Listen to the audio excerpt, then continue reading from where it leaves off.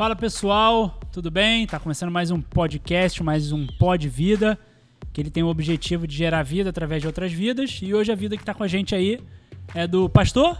É pastor? Mauro Bueno. Mauro Bueno? É. Missionário. Missionário. Mensageiro. Homem de Deus, Mauro Bueno. Mauro Bueno vai estar com a gente aí para trocar uma ideia, pra gente entender um pouquinho do impacto que ele tem gerado aí na vida de tanta gente. E é isso aí, Felipe. É o que isso, o pessoal galera. tem que fazer aí? A galera tem que compartilhar, né? Compartilhar aí esses se vídeos. inscrever. Acabar de ouvir aqui o Mauro com a sua família, a sua casa. Compartilha para o que ele vai falar aqui hoje, vai mudar a tua vida, a tua história. Abençoe então a vida de muitas pessoas. Compartilha, siga a gente. É a forma de contribuição. A gente não pede outra contribuição sua, a não ser com generosidade e amor, abençoar outras vidas. A nossa ideia é essa. Pod Vida é gerar vida em outra vida. Esse é o nosso interesse, é o que a gente mais quer. Trazer nossos entrevistados aqui para abençoar a vida de vocês aí e a partir disso vocês compartilham a vida dos outros. Acabou. Top. Não tem mais nada. Simples assim. Mauro. Top demais. É pó de vida, entendeu? É isso aí. Essa é a ideia.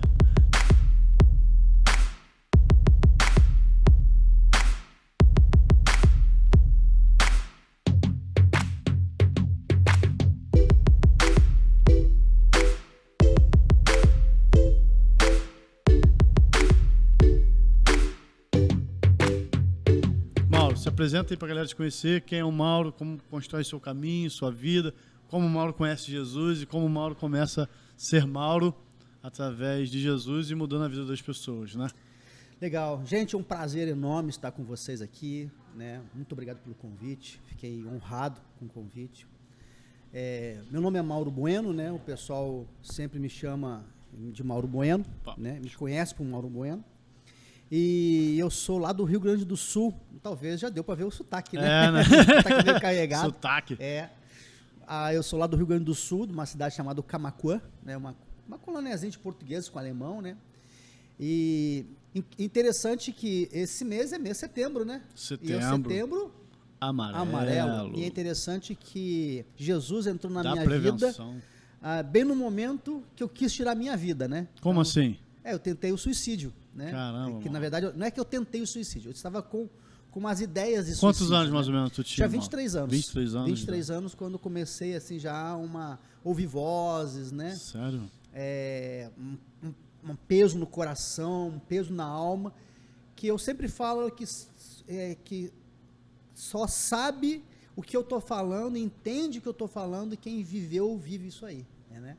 São pesos na alma mesmo, descontroladamente, que você quer simplesmente tirar aquela dor dentro de você. Aquela dor, aquele peso. Interessante que o suicida, ele não quer tirar sua vida. Né? Ele quer tirar sua dor, né? Então, por isso que eu sempre falo que Jesus, né, ele tem para nos dar uma vida, né? Em Jesus existe uma vida. E o convite Jesus, é para tirar esse fardo pesado da alma. Por isso que a Bíblia fala que, né, lança em mim, né?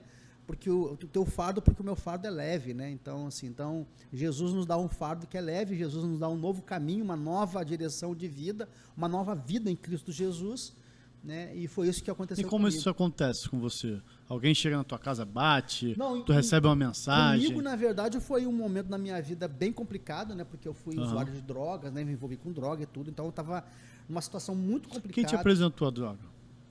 Foi colégio, amigo, rua? Foi amigos no colégio.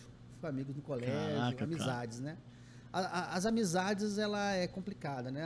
As amizades, ela te leva para um caminho bom, ou os amigos te levam para um caminho ruim, né? Embora tenha uma coisa interessante também, porque amigo que é amigo não te leva para lugar ruim. Amigo que é amigo te preserva. Eu tive um amigo, ele é falecido hoje, e esse amigo se criou junto, né? E eu até vou falar o nome dele, né, para honrar ele. E se eu tiver a oportunidade até depois de mandar esse vídeo para a família, para ver o quanto eu amava esse rapaz, né? O nome dele era Alessandrigo. E o Alessandrigo foi um cara, a gente se criou junto praticamente, ele né? Era dessa colônia lá? Ele era da minha cidade, ele era da minha cidade. E quando eu me converti, depois, né, já convertido, eu saí da minha cidade, né? Fui para uma base missionária da Jocum, né? Que eu fui depois aqui estudar. No Rio, né? Não, lá em Porto Alegre. Mas aí o que aconteceu? Aí eu fiz a Jocum lá e tal, eu voltava para casa, né? Final de semana, às vezes eu voltava para minha casa e encontrava com o Alessandrigo. E às vezes, toda vez que eu ia na casa dele, eu chegava na casa dele, tinha outros amigos nossos lá, né, amigos dele que, né, usando droga, ele parava e falava assim, gente, agora parou tudo, vamos parar de beber, vamos parar de fumar, porque agora chegou o Mauro e a gente não quer que ele volte mais àquela viver. E ele falava pra mim, cara, não volta mais fazer isso, pô, eu admiro você, eu acho bacana você. Então ele nunca foi um amigo daquele tipo assim, que eu chegava na casa dele ou visitava ele ficava, não, vamos fumar aí. Amigo coveiro, né? Não, cara, vamos beber, vamos, não, ele sempre falava assim, não, cara, fica firme na igreja, fica firme com Deus. Então ele me incentivava a permanecer em Cristo, a permanecer nessa nova vida. Amigo coveiro, né? Amigo que amigo enterra coveiro, a gente. Então, assim, tem um amigo parteiro. Esse amigo foi muito legal na minha vida e mostra, na verdade, que tem amigos que te preservam, né? E esse amigo foi um amigo que me preservou sempre a minha vida, né? Maneiro. E aí tu começa lá... Eu estava numa praça, né? Eu estava numa praça pensando em tirar a minha própria vida, onde passou um rapaz e falou de Jesus para mim, falou do amor de Deus para mim, me convidou para mim ir na igreja. Tu nunca tinha escutado assim do evangelho? Não. Ou tua família é de condução cristã? Não, também não. Também não? Também não. Minha família é de uma outra religião. E aí me convidou para ir na igreja, eu falei assim, pô, mas igreja é 11 horas da noite, né? 11h30 praticamente. E aí ele falou assim, não, vamos lá. É que tá tendo uma vigília dos jovens. Aí eu fui nessa vigília, cheguei lá. Eu nem sei como é que aconteceu, porque eu só sei quando eu me lembro que eu estava assim, os pés, né, ajoelhado, aceitando Jesus. E inclusive foi uma coisa interessante, porque quando eu cheguei na igreja, eu encontrei um amigo meu, que era de infância, que era colega de aula, e esse cara era pastor dos jovens já na igreja, né? Caraca, mano. Aí, chamado Adriel da Conceição, um cara que eu tenho uma admiração enorme por ele, o meu pai na fé, né? E aí ele falou assim, cara, o Mauro, tu quer ajuda? Eu falei, pô, quero ajuda. Essa família, a família Conceição, foi tão especial na minha vida, porque eu cheguei na igreja, esse pastor, que era um pastor de jovens, me acolheu muito, e aí o pai dele, né, que eu tenho uma paixão enorme, inclusive ontem ele fez aniversário, vou mandar esse vídeo para ele, feliz aniversário, né? Acho que, se eu não me engano, ele fez 83, 84 anos, e aí ele me levou para o sítio dele, né? E ele sabendo que eu era um rapaz envolvido com drogas, né? Ele levou para a casa dele, abriu a casa dele, me levou para o sítio dele. E é interessante que todo dia de manhã ele batia na minha porta, assim, no meu quarto, né? Falava assim, Maurinho, tá na hora, vamos se acordar. Eu acordava, eu ficava na frente do fogão a lenha, porque ela não é muito frio, né? Então o pessoal, fogão a lenha, e ele ficava lendo a Bíblia para mim, me discipulando. Cara, que maneiro. E interessante, que cuidado, hein? Que eu não fui para casa de recuperação.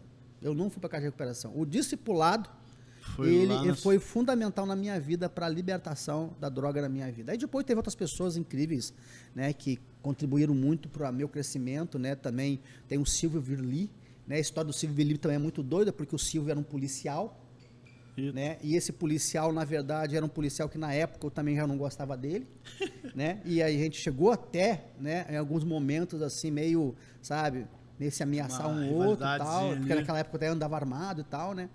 E o Silvio Virli foi um cara muito importante na minha vida também. E esse cara, a história é tão grande, porque por isso que eu venho curtar, né? E esse cara também me levou para casa dele para morar com ele. Ele levou. Que isso, cara? Ele tinha um menininho, um filhinho assim, com 6, 7 anos, né? E ele cedeu o quarto do filho para eu morar. E ele me discipulou lá. E Deus falou com ele. E o mais interessante foi isso. Porque Deus falou com a esposa dele: olha, o Mauro vai bater na nossa porta, vai pedir ajuda e nós vamos acolher ele em casa. E foi meu pai na fé. E depois ele começou a orar comigo, me discipular e tal. Então, eu tive muitas pessoas muito boas que passaram na minha vida. Anjos de Deus. Dá para entender porque tu és pessoa boa hoje, fazendo isso pelos outros. Porque eu costumo dizer que nós temos que ser anjo na vida das pessoas. Maneiro, irmão. É emocionante isso, mas que me emociona um pouquinho. Também. Mas a gente tem que ser anjo, a gente tem que ser anjo na vida das pessoas. E eu tive muitos anjos que passaram na minha vida, muitos anjos, e nenhum deles, assim, assim, muita gente que passou, que me ajudou, né? Eu teve um cara, eu me lembro, um cara, né, que era um empresário na minha cidade, que inclusive ele é casado com a irmã do Adriel, né, que eu falei, né, que era o Ed, né, eu tenho um carinho enorme por ele, e eu me lembro que uma vez ele pegou, quando eu fui morar com o seu Arthur, né, ele chegou assim, ele me trouxe para mim meias... Nessa época você já estava na missão, assim, já estava... Não, logo no começo. No começo mesmo, da tua conversão ali. Isso, quando eu fui morar. Um processo, então, bem sinistro, hein, Mauro? E esse cara me deu roupa, me dava roupa, trouxe irmão. roupa. Então foi assim, então eu tive muitas pessoas muito queridas na minha vida, né? Pessoas, anjos do Senhor. Por isso que eu honro eles. Por isso que toda vez assim que eu vou falar da minha vida, eu quero falar deles, não é puxação de saco. Não, né? É honrar. Né? É honrar. Né? É honrar a vida deles, porque realmente foram pessoas que marcaram a minha vida, pessoas que investiram financeiramente na minha vida. Te discipularam com amor e verdade. E eu acho que foram além do discipulado, investiram mesmo, financeiramente né? Investiram em dinheiro mesmo, em tempo, dinheiro, recursos, né? Enfim, toda essa coisa. Aí eu vim para Jocum, né? Eu vim para Jocum para fazer um curso de ETED, né? Escola de Treinamento Discipulado, ali perto de Gramado. E aí depois eu fui trabalhar num projeto em Porto Alegre, que em Porto Alegre tinha uma base missionária da Jocum, e aí eles trabalhavam muito com essa dinâmica de missões urbanas, essa dinâmica com população de rua. E eu acabei gostando muito disso, dessa dinâmica, eu gostei demais dessa dinâmica. E aí um cara chamado Beto Tavares, que era o líder da base da Jocum de São Paulo, ele falou assim, cara, vai para o Rio de Janeiro, lá no Rio de Janeiro está acontecendo um grande movimento de missões urbanas e tal, e eu acabei vindo no caso, né, estou no Rio de Janeiro, né? Vindo para o Rio de Janeiro para fazer uma escola de missões urbanas. A minha intenção não era ficar. Não era ficar aqui. A minha intenção era fazer o curso de missões urbanas e voltar para Porto Alegre. Mas quando eu cheguei no Rio de Janeiro, né, e os cariocas que me perdoam, né, vi essa dinâmica do Rio de Janeiro. O Rio de Janeiro todo é uma favela, né, cara? Quem é carioca sabe, né? Verdade. Você não tem um lugar... Tudo que é lugar, tudo que é lugar tem uma favela, né? E as demandas também, né? Então, o Rio de Janeiro, ele é um grande ambiente de missões urbanas, né? Então, e aí eu fui, né, fazia parte do currículo da escola, né, então a gente foi subir um morro, né, em 98 para 99, a gente foi subir um morro chamado Morro do Borel, 98. A gente subiu o Morro do Borel, e eu me apaixonei pelo Morro do Borel também. E aí, na época, o líder me convidou, né, para ficar lá. O Pedro já estava começando. Quem? O Pedro. O Pedro do Borel que me convidou até na época para me ficar lá, né? Falei, pô, fica aí e tal, junto com, né, porque tinha escola e tudo. E aí ele já fazia o trabalho lá, já tinha o trabalho lá, né? Deixa bem claro isso. Eu não construí nada lá, na verdade. Eu só fui para somar força com aqueles que já estavam fazendo lá, né? O trabalho lá. E eu fui morar lá. E aí eu fiquei um tempo lá, gostei demais, sou apaixonado por aquele morro, tem uma história muito forte com aquele morro ali, que é uma outra história grande pra caramba, porque lá em Porto Alegre Deus já tinha me falado do morro. Né? Deus, na verdade, falou comigo no morro através de um livro. Tem um livro chamado Sara de Carvalho, né? Menino de Rua do Brasil. E é interessante que eu ganhei esse livro de um pastor, até falecido, o pastor George Foster, que é um dos pioneiros na Missão Betânia. E aí o pastor George Foster me deu esse livro e eu fui ler. Cara, eu li esse livro numa noite.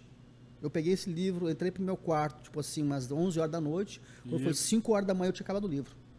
Eu li todo o livro, eu comi o livro. E no meio do livro tinha chamado uma história chamada Playground do Diabo. E mostrava assim a foto do morro. E Deus falou no meu coração, lá em Porto Alegre, eu vou te levar nesse lugar. Eu vou te levar nesse lugar. Acredito. E aí foi aonde, quando eu vi o Morro do Borel a primeira vez, eu me lembrei lá do livro e foi uma coisa muito forte. E outras coisas que aconteceram, muito bacana. E aí, eu fiquei no Borel até 2000. Em 2000, eu comecei a namorar uma menina, né, que trabalhava na Jocum já e trabalhava na favela de Parada de Lucas. E aí fui conhecer a favela de Parada de Lucas, da Vigário Geral, e me apaixonei pela favela de Lucas e acabei indo para Parada de Lucas trabalhar e morar em Parada de Lucas. E isso agora já fazem 22 anos que eu moro em Parada de Lucas. Né? Então a gente trabalha e mora em Parada de Lucas e a gente desenvolve hoje projetos fora da comunidade, né? Quais os projetos hoje assim que você tem desenvolvido no percurso dessa caminhada aí? Nós trabalhamos hoje, vou pegar um cafezinho aqui, nós trabalhamos hoje com... que é um dos projetos que eu amo fazer, né? Que é o projeto com população em situação de rua. Então nós trabalhamos hoje com população em situação de rua. Em 2015, eu saí da Jocum. acho que de repente até antes de 2015, né? Acho que foi 2012, uma coisa assim. Eu saí da Jocum e montei um projeto chamado Visão Urbana. Sim. Galera aí, por favor, segue lá a gente, Visão Urbana. Top. Né? Oficial. Então, o Visão Urbana é um projeto, na verdade, que ele olha a cidade. É um projeto para ajudar as igrejas a entender o seu papel em missões urbanas. Então, hoje, o nosso projeto, o Visão Urbana, ele trabalha com população em situação de rua. Né? A gente tem vários projetos na área de população de rua. Nós trabalhamos com evangelismo de carnaval. Legal. Nós trabalhamos com evangelismo dentro do cemitério. E nós também trabalhamos com evangelismo com profissionais do sexo. Né? E outros evangelismo também que a gente faz. Né? Então, a gente trabalha com discipulado para aqueles que querem entrar na missão, né? numa caminhada missionária. A gente conversa, não prepara não, a gente na verdade a gente orienta. Faz uma orientação, entendeu? Entendi. Uma orientação vocacional. A gente orienta, troca uma ideia, não é um discipulado, mas é uma conversa, então a gente ajuda muita gente nesse sentido. A gente ajuda muita igreja também. Voluntariado, como é que é para as pessoas ajudarem? A gente tem muitos voluntários, a gente tem bastante voluntários e quem quiser ser voluntário, entra em contato comigo aí. Legal. E vamos trabalhar aí pro reino de Deus. Qual é o teu arroba? Passa o teu arroba, o teu Instagram aí pra galera. Meu Instagram é Mauro Bueno, tá? Mauro Bueno RJ. Mauro Bueno RJ. Minhas redes sociais é Mauro Bueno RJ. A gente vai colocar na descrição. Tá? O YouTube também Mauro Bueno RJ, né? Show. Instagram é Mauro Bueno RJ e você pode até colocar meu WhatsApp lá, pode, a galera quiser entrar em contato comigo, pode entrar que a gente troca umas ideias bacanas. Hoje, vocês da Urbana fazem algum trabalho também para ensinar igrejas? Sim. Na verdade, o projeto do Visão Urbana é um projeto que ele visa a potencializar o que a igreja já faz. Sim, ou incentivar a igreja a ter um olhar de missões urbanas para a cidade. Ou também capacitar a igreja a desenvolver projetos em missões urbanas. Projeto simples. Porque às vezes, Mauro, não sei se você vê essa dificuldade também, às vezes tem muita igreja que tem muita ideia boa, mas não sabe como começar. Sim. Não sabe aonde fazer, como quer fazer, quer desenvolver. E vocês hoje têm essa construção a partir desse ensinamento. Sim. Na verdade, eu sempre digo o seguinte, missões urbanas, né, vamos trocar um pouquinho de ideia sobre missões urbanas, que é uma temática que eu gosto muito. Sim. Missões urbanas não é um trabalho voltado para o pobre. Tá. As pessoas acham que missões urbanas é trabalhar com pobre. Não, missões urbanas não é trabalhar com pobre. Missões urbanas é um olhar de conquista de cidade. É um olhar nem de conquista, porque eu até nem gosto dessa palavra de conquista, porque vamos ser bem racional, a gente não vai conseguir conquistar o Rio de Janeiro todo, né? Não tem como. O próprio Jesus fala, né? O próprio Jesus fala que sempre haverá pobre na terra, né? Então não tem como, né? Então, na verdade, eu gosto de falar que missões urbanas é uma ação e nem tão pouco uma questão de erradicação de fome, né? Porque também nem tão pouco uma questão de erradicação de fome. A gente não vai erradicar a fome também. Não tem como, não tem como, né? Então, na verdade, missões urbanas é um olhar de envolvimento com a cidade. Legal.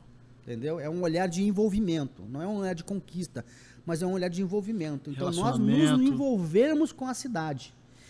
Se missões urbanas fazer, né? Missões urbanas se envolver com a cidade, né?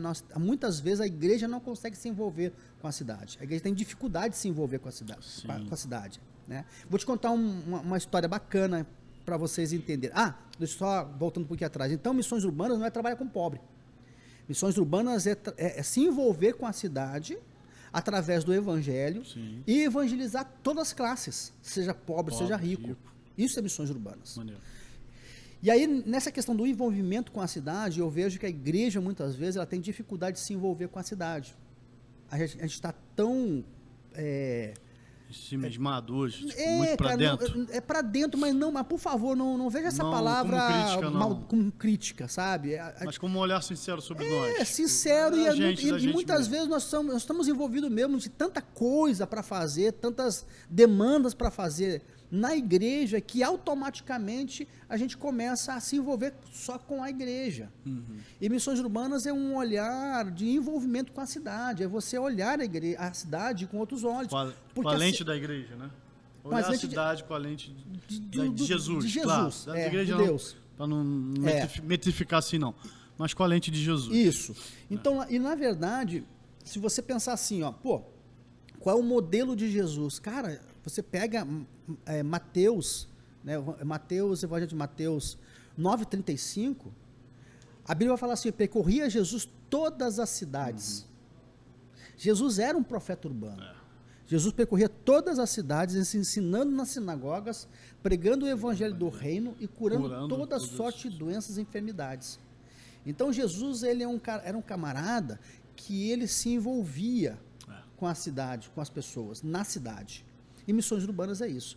Eu me lembro uma vez de uma igreja batista, que eu não vou falar o nome da igreja aqui para expor a igreja, embora seja um testemunho bacana, né, mas a gente nunca pode, tem que preservar a igreja aí. Até eu não sei porque se o pastor vai gostar de pôr ou não gostar, né? Mas... Não, tá certo. Uma vez eu cheguei numa igreja, né? E o pastor falou assim, eu fui dar um curso, um workshop de evangelismo. E aí o pastor falou assim, poxa, Mauro, eu queria tanto fazer um workshop de evangelismo, vem aqui na igreja. Aí eu fui. E aí dei workshop e tal, depois ele falou assim, cara, o que a gente podia fazer aqui na nossa igreja e não sei o quê. E aí a gente foi para frente da igreja conversar, trocar ideia. E eu olhei na frente da igreja, tinha uma praça. E essa praça estava completamente destruída. E um monte de jovens fumando maconha na frente da praça. E aí eu olhei para o pastor e falei assim, pastor, já pensou em adotar aquela praça? Já pensou em nós ali naquela praça? Revitalizar, pintar, cortar a grama, botar a luz que está quebrada. Ele falou assim, cara, eu nunca tinha pensado nisso. Vamos fazer. Aí fizemos um mutirão na praça. Né? Levamos a igreja para lá.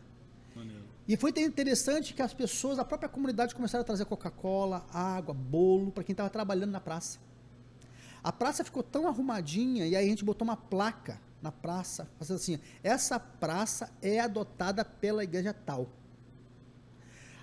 O lugar que era um lugar onde as pessoas fumavam, os jovens fumavam muita maconha, usavam aquela praça ali para uso de droga ou para um ambiente de prostituição, na verdade aquela praça teve um novo sentido e mudou o nome, porque o pessoal agora, todo mundo se referia à praça como a praça da igreja. Então assim, na verdade são pequenas coisas que a gente pode fazer na nossa comunidade, no nosso bairro, na nossa cidade. Eu me lembro outra vez que eu fui numa outra igreja.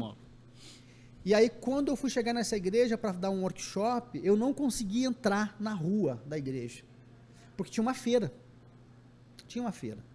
E aí eu perguntei para um senhor, poxa, como é que eu faço para chegar na igreja tal? Ele falou assim, poxa, tem que entrar aqui, mas essa feira agora não tem como você entrar, eu moro aqui, eu tenho que tirar meu carro para a feira, né, para a feira ficar ali, para funcionar. Eu não consigo nem entrar nem sair de carro.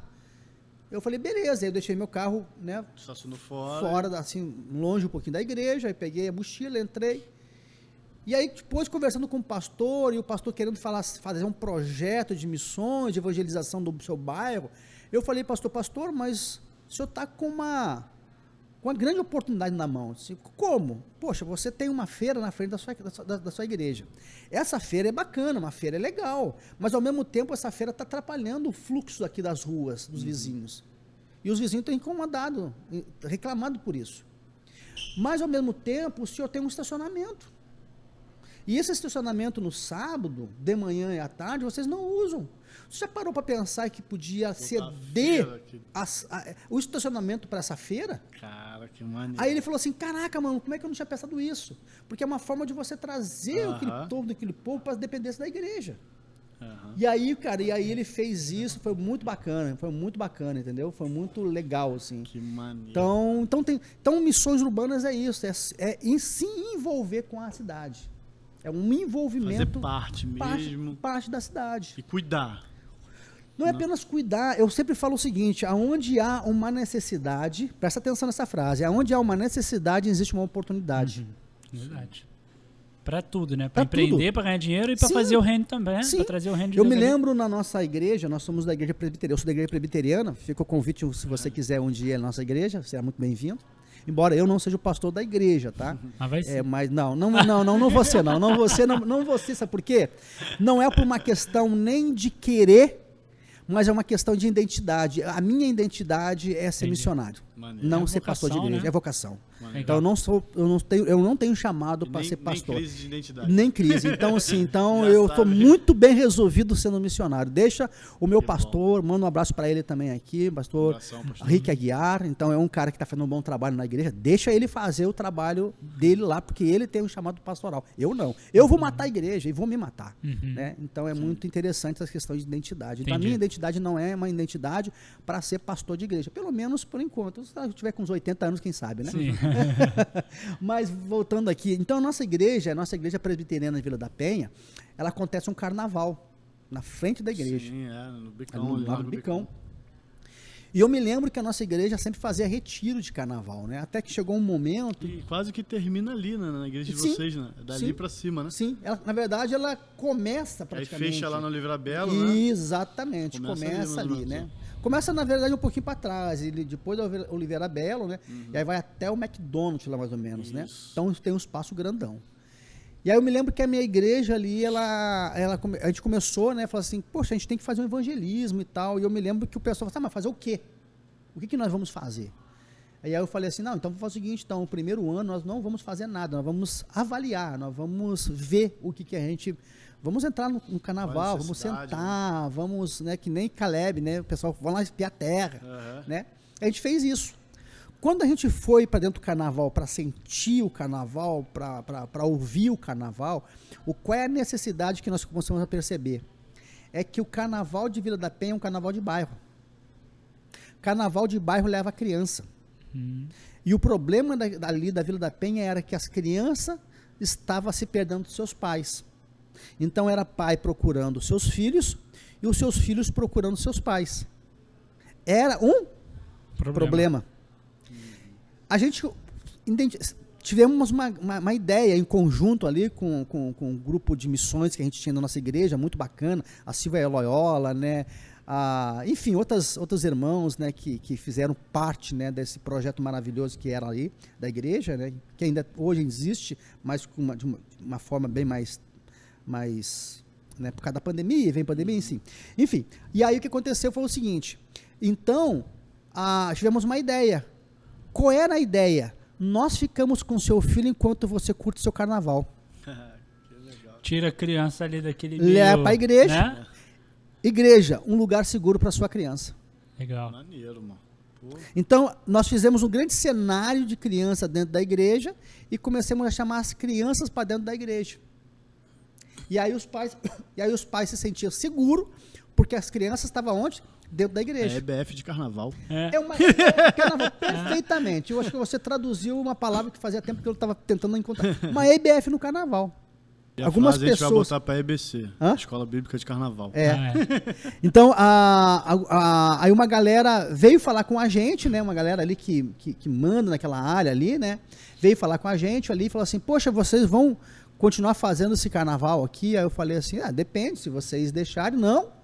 Vocês têm que fazer esse carnaval, a gente quer que vocês façam. Mano. Por quê? Porque o carnaval que vocês fizeram aqui foi um dos melhores carnaval que teve. Não teve briga, as crianças ficaram protegidas, então vocês precisam fazer esse carnaval. Então eu sempre digo, onde há uma necessidade, existe uma oportunidade.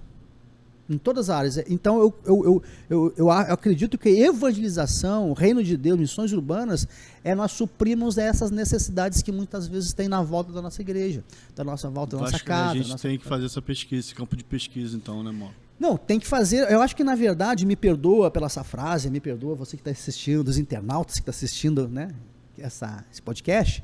Na verdade, a igreja é a única organização meia burra. Nós somos meio burro. Mas por que tu fala isso?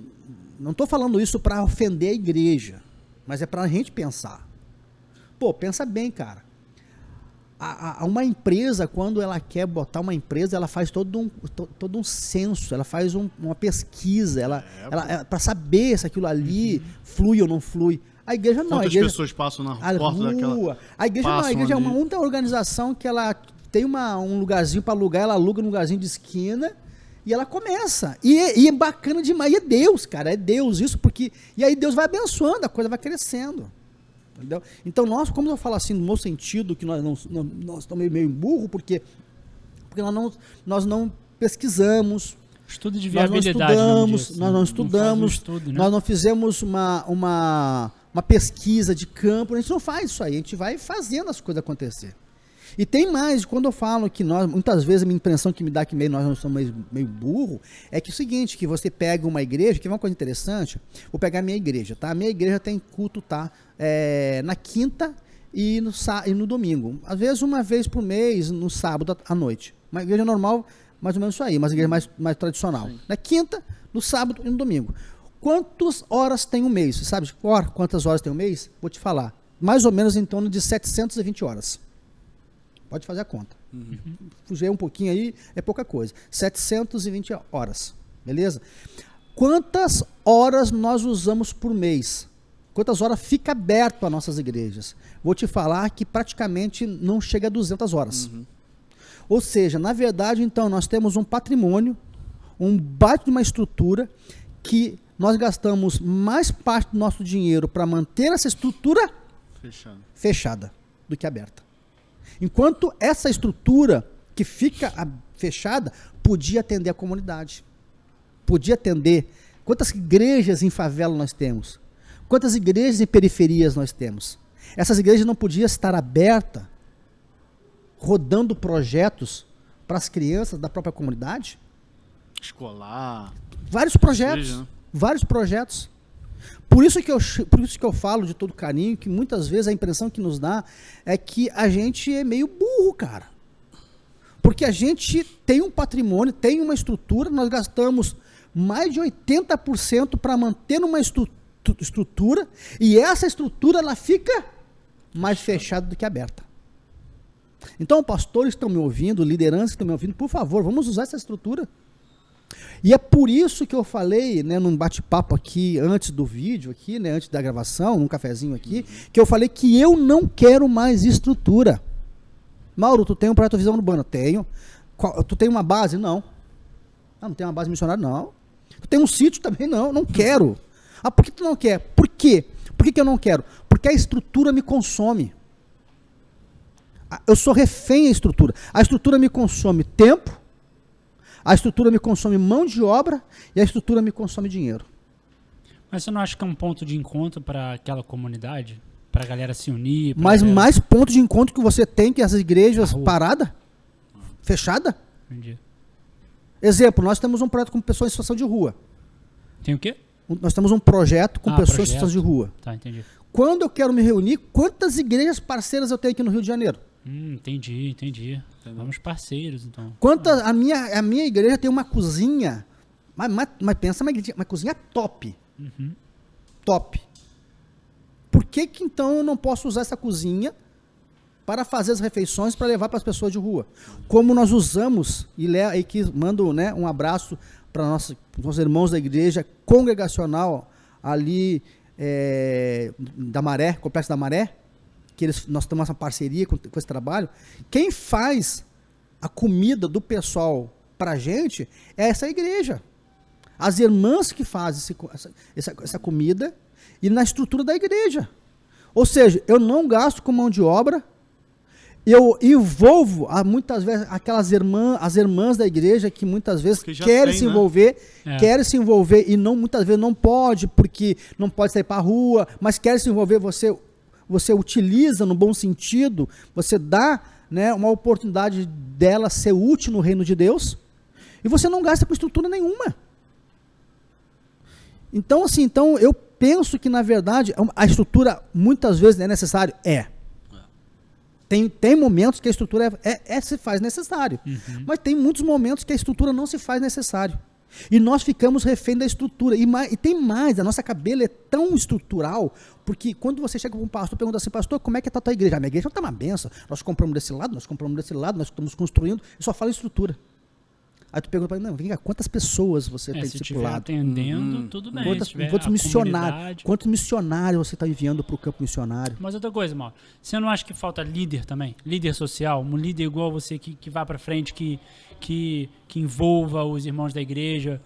Você não acha que falta às vezes tá com falta de líder, de empreendedores sociais assim nas igrejas? Eu acho que não falta líder.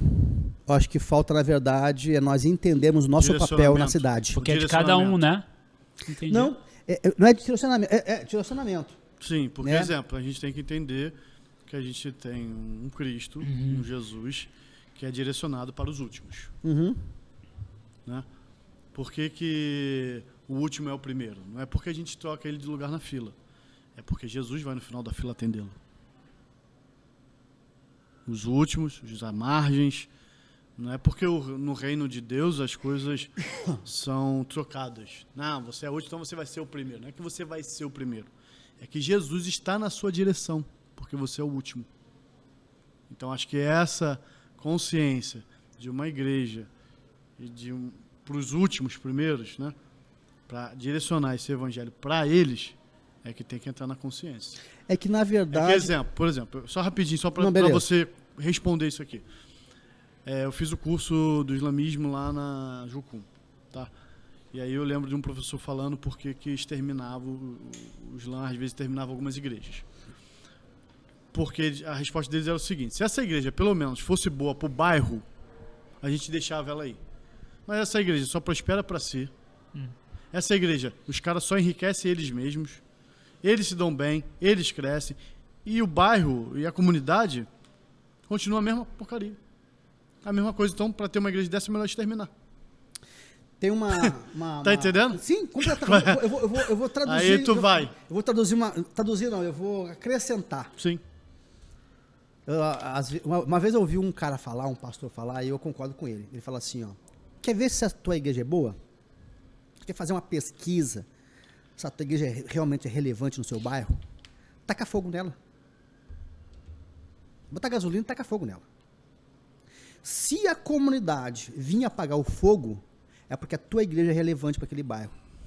A comunidade vai se unir e falar assim, não podemos deixar a nossa igreja pegar fogo. Essa igreja representa nós aqui nesse bairro. A pandemia tacou fogo nas igrejas, pô.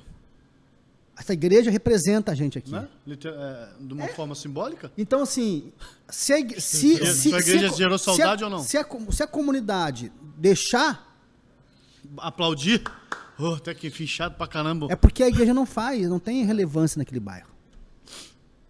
E é exatamente o que você falou. A pandemia, na verdade, ela veio aí pra peneirar, pra sacudir. Pô, tacou fogo, pô. Sacudir. Ou gerou saudade ou não. Ou gerou saudade ou não gerou. O alívio, né? O alívio. Então, assim, mas voltando àquilo que você falou, né, que eu achei interessante, que tu falou assim, poxa, o que falta? O que falta?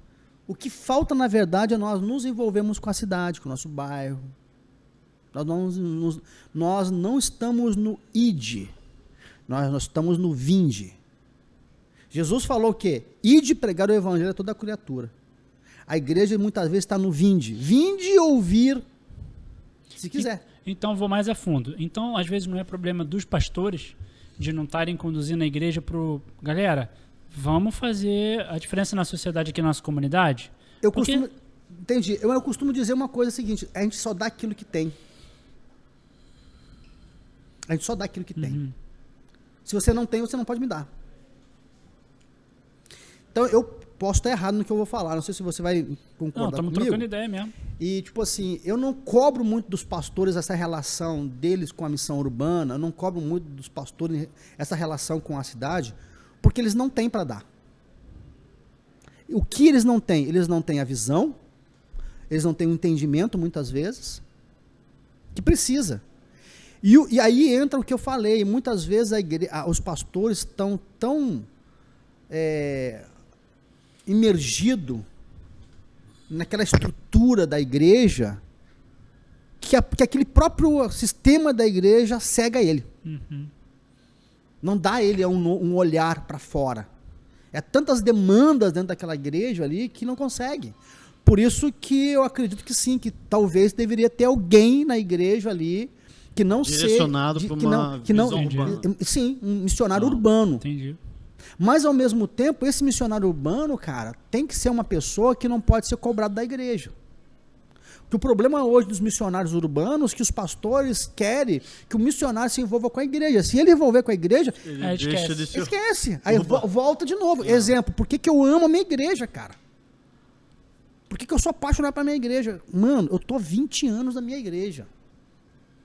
A minha igreja nunca me cobrou e nunca me cobra. Mas você tem que vir aqui fazer um trabalho domingo de manhã, porque você tem que aparecer aqui. Não me você cobra. Tem que a minha igreja, a única coisa que a igreja me cobra, e nem me cobrar, ela pede, é que eu esteja no culto de ceia. E que às vezes eu nem vou. E é erro meu. Eu assumo meu erro, eu, pastor. É erro meu. Uhum. Eu não faço parte de nenhuma liderança da minha igreja. Nada. Mas não é porque eu não quero, ou porque a igreja não quer, porque eu entendo o meu chamado e a minha igreja entende o meu chamado. E ela te vê como um braço, assim, na extensão do... Sim, tanto que ela me remunera, me ajuda financeiramente, ela me reconhece como missionário da igreja. Maneiro. A igreja ela reconhece que eu sou missionário, eu sou debaixo de uma liderança, os meus pastores sabem que eu estou viajando, sabem que eu estou dando aula, sabem essas coisas todas. A igreja me ajuda financeiramente, não só me ajuda mais porque não tem, mas me ajuda. O que eu preciso da minha igreja tem. A minha igreja me dá, me apoia, então assim, a minha igreja me dá uma certa base para eu me envolver e me mover nessa visão de missões urbanas. A minha igreja não me cobra e eu não tenho cargo nenhum. Mas, meu irmão, sabe o que é cargo nenhum? Eu não tenho nada. Eu não sou presbítero, eu não sou diácono, eu não sou líder de banheiro, eu não sou líder do faxineiro, eu não sou líder do porteiro, eu não sou nada na igreja. Embora eu me sinta também uma liderança da igreja. Sim. Você é. Tá entendendo? Mas não faço parte do hall de liderança da igreja. E é por uma questão de entendimento. Urbana, de entendimento. De entendimento da parte da igreja. Só um pouquinho. Entendimento da parte da igreja, que é uma igreja madura, que consegue ver que Deus me chamou para isso, e também no meu entendimento que eu não vou querer concorrer a presbítero, que eu não vou querer concorrer a diácono, e presta bem atenção no que eu estou falando, não estou desfazendo em nenhum momento esses ministérios, é que eu não fui chamado para isso. Eu acho que o nosso maior problema das nossas igrejas evangélicas, sabe o que é? É uma palavra chamada identidade. As pessoas não sabem para que ela foi chamada. Seu desígnio, né, mano? Não sabe. Eu trabalho mais de 25 anos com comunidade, mais de 25 anos com prática social. Eu trabalho, tanto que eu participei de um podcast, o cara falou isso. Pô, cara, Deus que eu conheço o Mauro só trabalha com isso. E eu só trabalho com isso. Eu não sou aquele cara que hoje inventa uma coisa, amanhã inventa outra, amanhã inventa outra, amanhã inventa outra. O nosso problema hoje é a identidade. Por que eu falo quando eu te falei assim, eu não sou pastor? Eu não sou pastor. Então hoje nós temos um problema seríssimo com identidade. Tem gente querendo ser o que não foi chamado para ser. Que é uma coisa interessante, um dos caras mais top para mim sobre identidade é Davi. Sim. Davi, quando vai lutar com Golias, a Bíblia fala que Davi recebeu de Saul o quê? A sua armadura. Mas a Bíblia fala que Davi não conseguia andar, porque a armadura de Saul era pesada demais. Até tentou, né? Botar ela e tal. Presta atenção que eu vou falar uma coisa para vocês. Não ande com roupa que não é sua. Ande com roupa que Deus te dá. Não tenta colocar armaduras que não é sua. Muitas vezes as pessoas querem te botar uma roupa que não te cabe. E tem mais. A Bíblia fala que Davi vai lutar com Golias e Saul dá para ele o quê? A espada. Mas a Bíblia fala que Davi nunca tinha colocado a mão numa espada. Não lute com armas que não é sua. Para cada um de nós, Deus deu uma arma, que eu chamo de identidade. É isso. Então, eu acho que é esse que é muitas vezes o problema, é pastores. Aí nós temos um grande problema. Por quê? Porque são pastores que não são pastores. Porque pastor não é título, é chamado. É vocação. Não, e o Davi, cara, desconstrói essa questão do valente tem que ir armado, tem que ir dessa forma. O valente tem que ir assim, porque se ele botou aquela roupa, se ele tentou, é porque Saul tentou persuadir, né? Não, você tem que botar, não. O guerreiro tem que ser assim. O guerreiro tem que estar com Jesus. E é isso, é pelo Senhor, a nossa guerra. Sim, Então, assim, não tem uma maneira de você falar assim, não, Mauro, você tem que estar uniformizado assim, assim, assado. Não tem uma regra. Tá entendendo? No reino de Deus não existe regra. Não existe esse lance de... Não, Davi, você só vai pra luta se tu botar... Mauro, você falou Maneiro, que cara. você trabalha, né, com isso lá na igreja, você é remunerado e tudo mais. Você pessoalmente tem alguma métrica, alguma meta, alguma coisa que você alcança ou especificamente no teu serviço lá na igreja? Como assim? Pessoas alcançadas. Nada. Uma devolutiva, assim. Tem que dar alguma coisa? Não, retorno. Não, nada disso. É mesmo? Eu nem dou relatório. Meu pastor é minha igreja, conhece o relatório pelo WhatsApp, pelo Instagram, por uma lista de transmissão que eu tenho, que eu mando. É mais a movimentação do que tá rolando mesmo, né? E eles vêem os frutos. Entendi. Maneiro. Eles Então, vêem os frutos. esses E frutos até são porque, na conversões... verdade, deixa eu falar uma coisa pra vocês. Deixa eu te falar uma coisa pra vocês aqui. Essa ideia de fruto, essa ideia de resultado, é uma mentalidade capitalista. Produtividade vezes resultado. Eu costumo dizer que o meu chamado, que o nosso chamado não foi para colher. Nosso chamado foi para plantar. Nosso chamado, nós somos o semeador que saiu para semear. Quem é que dá o crescimento? É o homem? Senhor. Não, é o Senhor. Quem edifica é o homem? É o Senhor. E o que você acha disso? Das igrejas que metrificam as coisas assim, que alcançar tantas pessoas. Eu acho que é a mesma filosofia Sinceridade. dos Busters. Conhece os Busters? Os caça-fantasmas? Aham, Os caras vão... Nós não somos os Busters, o caça-fantasma. Vou pegar a tua alma, vim buscar a tua alma. É mesmo? Cara... Vou refletir. Quer ver uma Eu não coisa tenho opinião não, tá? Tô formando minha opinião Sim. com Quer ver todos uma coisa vocês. quer ver uma coisa interessante? Por que o político vai na favela? Porque ele sabe que lá dá mais voto, né? Se a igreja se mover por ganhar almas, por essa fissura, e nem é por ganhar almas, a fissura, na verdade, a igreja muitas vezes é de encher a igreja. Uhum. Aí, cara, desculpa, eu vou falar, aí muitas vezes aí entra num grande... Tem outro interesse, né? Mas você não acha que com mais recursos pequenas não igrejas, grandes alcançaria? negócios? Mas você não acha que com mais recursos alcançaria mais gente, impactaria Não. mais a comunidade? Não. O recurso não vem de nós, Vem de Deus. vem de Deus. E se a gente já tá lá é porque a gente é a benção para aquele lugar. Cara, deixa eu te falar uma coisa, eu sou missionário há 25 anos. Tô levantando assim, tá, gente? Não, eu sou missionário há 25 anos. Uhum. E eu posso passar aqui, cara, a tarde inteira te contando de milagres e milagres de Deus financeiramente. Entendi. O meu dinheiro não vem de homens. Vem de Deus. Acho que essa é uma coisa que não tem que permear nosso coração, né? E se uma igreja, se um pastor, ele tá na igreja buscando pessoas por uma questão financeira, então ele fecha a igreja e vai abrir uma empresa. Porque você pode ter uma igreja cheia de gente e não ter dinheiro. Que eu conheço. Igrejas grandes que passam dificuldade financeira. E você pode ter uma igreja pequenininha, como eu conheço também, que vai, meu abraço para o pastor Pedro, Vale do IP, uma igrejinha dentro de uma comunidade. Obrigado.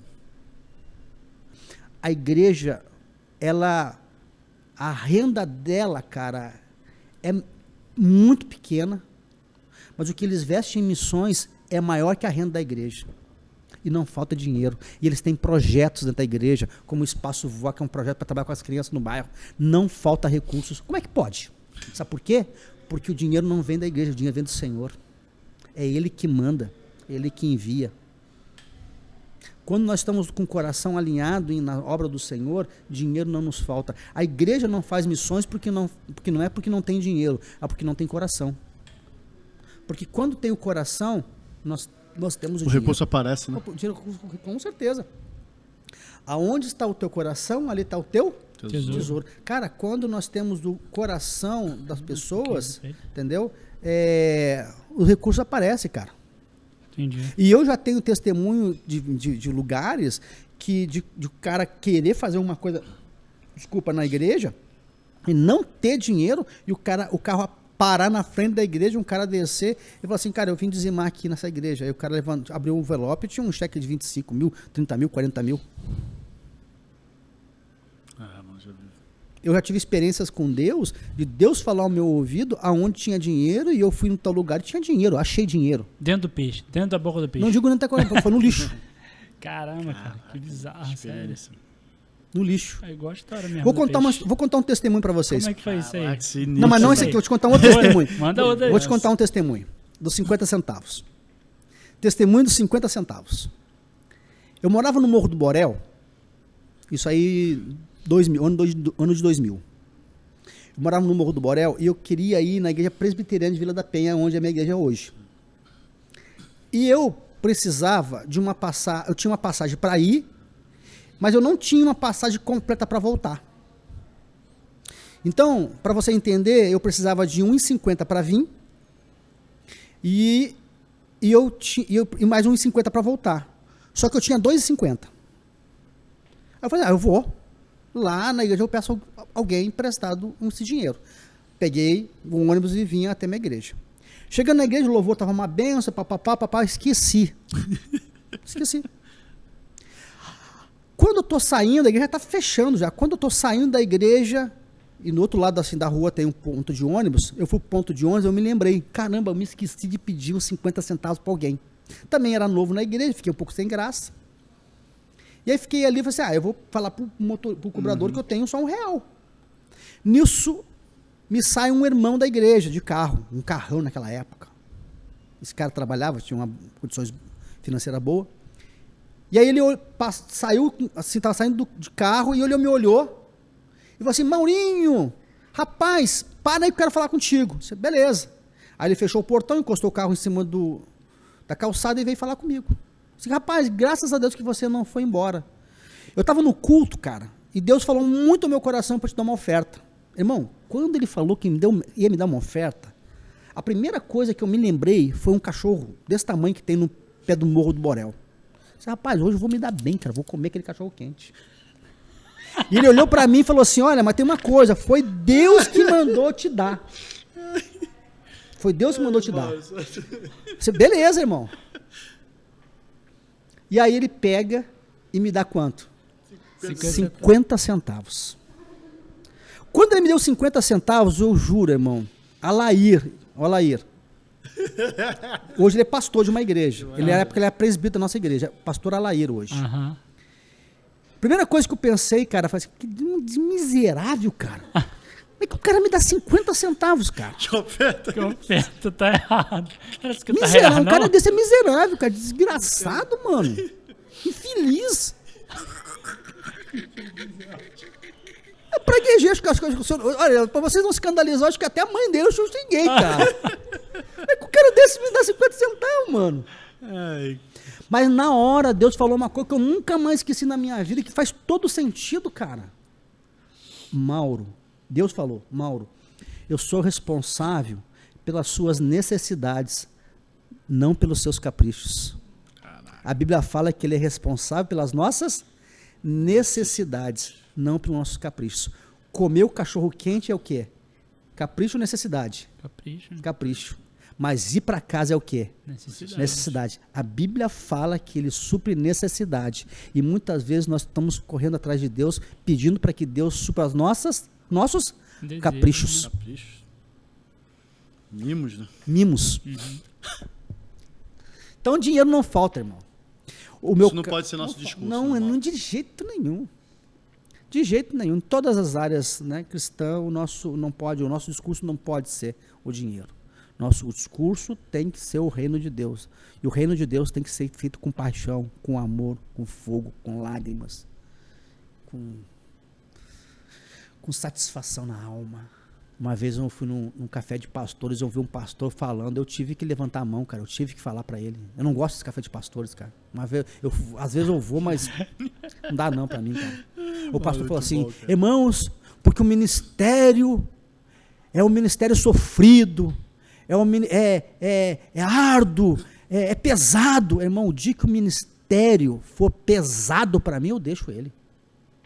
Vou capinar, vou fazer qualquer coisa. O ministério nunca foi pesado. Ministério para mim nunca foi algo sofrido. Ministério para mim é prazeroso, me dá prazer todos os dias. É prazeroso. O ministério que Deus tem nos dado, ele não pode ser peso. Porque ser peso não vem de Deus. Jesus falou o quê? Né? Lançai em mim o quê? Todas as vossas ansiedades. Não é peso, cara, é privilégio. Irmão, o ministério de Jesus para a nossa vida não é peso, é privilégio. E a gente tem que fazer com amor, com graça. Todos os dias, falar assim, cara, muito... Rapaz, eu me acordo em casa e falo assim, Deus, muito obrigado porque eu sou missionário. Muito obrigado. Então, é prazeroso, não é peso. É prazer. Tu tem alguma rotina? Tem. É uma rotinazinha. Legal. Às vezes não tem rotina. Às vezes a rotina que eu rotina queria não ter... tem não, rotina. Às vezes a rotina que eu queria ter não tem. Vamos supor, eu cheguei de viagem de um mês, aí já viajei essa semana passada, aí a semana que vem eu viajo de novo. É difícil ter rotina. Não tem rotina, cara. Rotina. Aí a gente batendo de madrugada na minha casa, pedindo ajuda. Não tem rotina, não existe rotina. No reino de Deus não... Hoje a tua comunidade já te vê como cara de acesso, né? Sim, que pode ir sim. lá bater. Não, Pô, os meninos batem lá, isso é tranquilo, eu posso falar, não tem problema. Na minha casa, o pessoal, cara, às vezes o pessoal tá na rua pedindo alguém, alguma coisa, ou alguém precisa na comunidade, a comunidade fala assim, pô, vai lá no Mauro, a gente ajuda. Que maneiro, mano. Eu moro dentro de uma comunidade, da favela de Parada de Lucas ali, né? Às vezes até os próprios meninos, né, do movimento, né? Todo mundo sabe que ele é movimento, né? Mas os meninos do movimento bate lá, né? Pô, cara, dá pra gente orar pela gente? Então tem uma roupa pra nos dar, entendeu? Maneiro, mano. Então, assim, e eu sempre falo pros meninos lá, né? Cara, eu te amo pelo que você é, não pelo que você faz. A gente ama os meninos lá pelo que ele é, não pelo que ele faz. Porque Deus nos ama pelo que nós somos, não pelo que nós fizemos. Então, assim, é uma promessa que Deus me deu, né? Que minha casa seria um tanque de Betesda, né? Lugar de cura, né? Então, assim, já teve meninos que foram para minha casa e ficou na minha casa, morando na minha casa. Eu tenho filhos de coração, né? Tenho filhos de coração, tenho um filho de coração que já foi envolvido com o movimento, hoje tem faculdade, né? Já tenho vários testemunhos que a gente não... Agora aqui não dá para falar, né? Por causa da internet e tal, mas enfim. Mas a gente tem vários testemunhos bacanas de pessoas que vê a nossa casa lá como um lugar de socorro.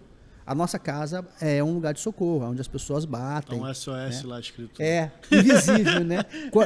Quantas vezes eu já levei, né, pessoas para o hospital, né? Quantas vezes eu já levei, socorri pessoas, né, na comunidade, né? Eu tenho curso de enfermagem, né? Então, quantas vezes eu saí de madrugada para verificar pressão, para fazer curativo. Então, eu costumo dizer que nós moramos numa comunidade e nós tendemos a ajudar as pessoas que moram naquela comunidade. Agora, na pandemia, quantas cestas básicas a gente deu? A gente não vou contabilizar aqui, mas foram várias. Para mais de 1.000 cestas básicas que a gente deu, né? Kit de higiene pessoal. Então a gente sempre... Eu vi lá, Mauro, no teu último post, assim, acho que o segundo último post seu antes de gravar aqui, que você mostrou a casa de um senhor lá, bem jeitosinha a casa dele, bem organizada, só que tava pingando e tal. Vocês estão fazendo um trabalho nós lá. Nós estamos já... Quem quiser ajudar... Praticamente, quem quiser ajudar, entra em contato com o meu WhatsApp, tá? Legal. Depois você dá o telefone, já deu o telefone? Não, posso falar, pode botar na descrição ali, tá bom. Então a gente ajuda muita gente, cara. A gente ajuda muita gente. E uma outra coisa, e tudo que eu faço, e tudo que eu fiz nesses mais de 25 anos na cidade do Rio de Janeiro, eu não uso ela para me promover politicamente. Até o presente momento, porque eu não sei o dia de amanhã, até o presente momento, eu não quero me envolver com política. Não quero porque várias situações, mas eu praticamente não me envolvo com política. Então, vou usar isso para ser vereador, para deputado federal. Não uso. Na verdade, eu particularmente tenho uma filosofia de vida. Eu, Mauro. Ou eu vou ser pastor, ou eu vou ser político. Acho que misturar os dois, acho que para mim não dá, na minha cabeça não dá rock não, cara. Entendi. Não dá rock não. E aí, Felipe? É isso, Caralho, cara. bom demais, hein? A gente tem que marcar, hein? Bombardeio de informação boa. Marcar no um coração, churrasquinho, né? cara. Pô, Vamos marcar um churrasquinho? Vamos. Lá Lá em casa. a Aí, picanha aí. lá. Lá em casa, lá em casa. Vamos lá envelopar lá. Vamos lá fazer uma coisa. Obrigado, então, Mauro, pela tua cara, vinda. obrigado por esclarecer tantas coisas boas pra gente. Eu saio daqui pensando mais sobre muitas coisas que eu já venho pensando já também. Eu sou muito por essa área social, eu tenho uma construção ministerial a partir disso também. E obrigado por você existir, irmão. Obrigado pela sua caminhada, pela tua fidelidade na fé, por não se comercializar, não se deixar ser comprado e nem se vender, né? E se permanecer sendo quem, como e Deus te chamou. Quem e como Deus te chamou. Tá ligado? Acho que isso é muito válido. Isso não é fácil. Paga-se um preço alto. Né? Paga-se um preço alto. E obrigado, irmão. Obrigado mesmo por ser essa referência pra gente. Que isso, cara.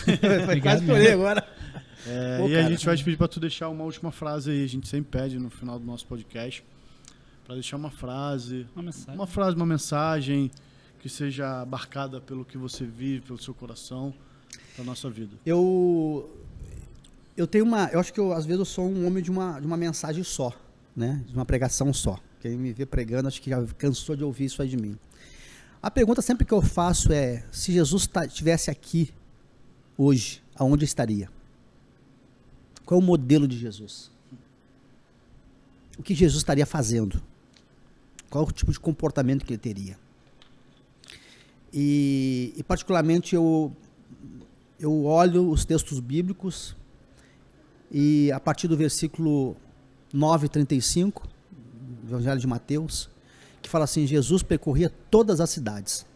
Jesus era um profeta urbano, Jesus estava no meio da cidade, se relacionando com a cidade. Fazendo o quê? Pregando nas sinagogas, evangelizando, pregando o reino de Deus, ensinando nas sinagogas, pregando o evangelho do reino de Deus e curando toda sorte de doenças e enfermidades. Então Jesus, ele pregava, ele discipulava e ele servia, porque toda vez que você ouve Jesus falar que Jesus curava, é servir. Então, esses 3 pontos Jesus sempre está fazendo: pregava, discipulava e servia. Nós fomos chamados para pregar o evangelho, para fazer discípulo e para servir as pessoas. Então faça isso. O evangelho, cara, é a coisa mais simples que tem. O problema é que nós que queremos sempre inventar moda. O evangelho é simples. Jesus era simples. E cada vez mais nós precisamos buscar essa simplicidade em Cristo Jesus. E levar Cristo por aonde nós estivermos passando. Sempre pregando o evangelho, servindo as pessoas e discipulando elas. Que Deus te abençoe. Muito bom. Amém, irmão, cara. Obrigado, mano. Obrigado mais uma vez, Mauro. Obrigado, isso, galera. Obrigado vocês. Compartilha esse vídeo, manda para amigos, manda para igreja, para amigos, todo mundo que você quiser. Acho que mais evangelístico que esse vídeo aqui, não sei não. Deus abençoe. Né? Valeu. Tchau. Tamo junto. Valeu.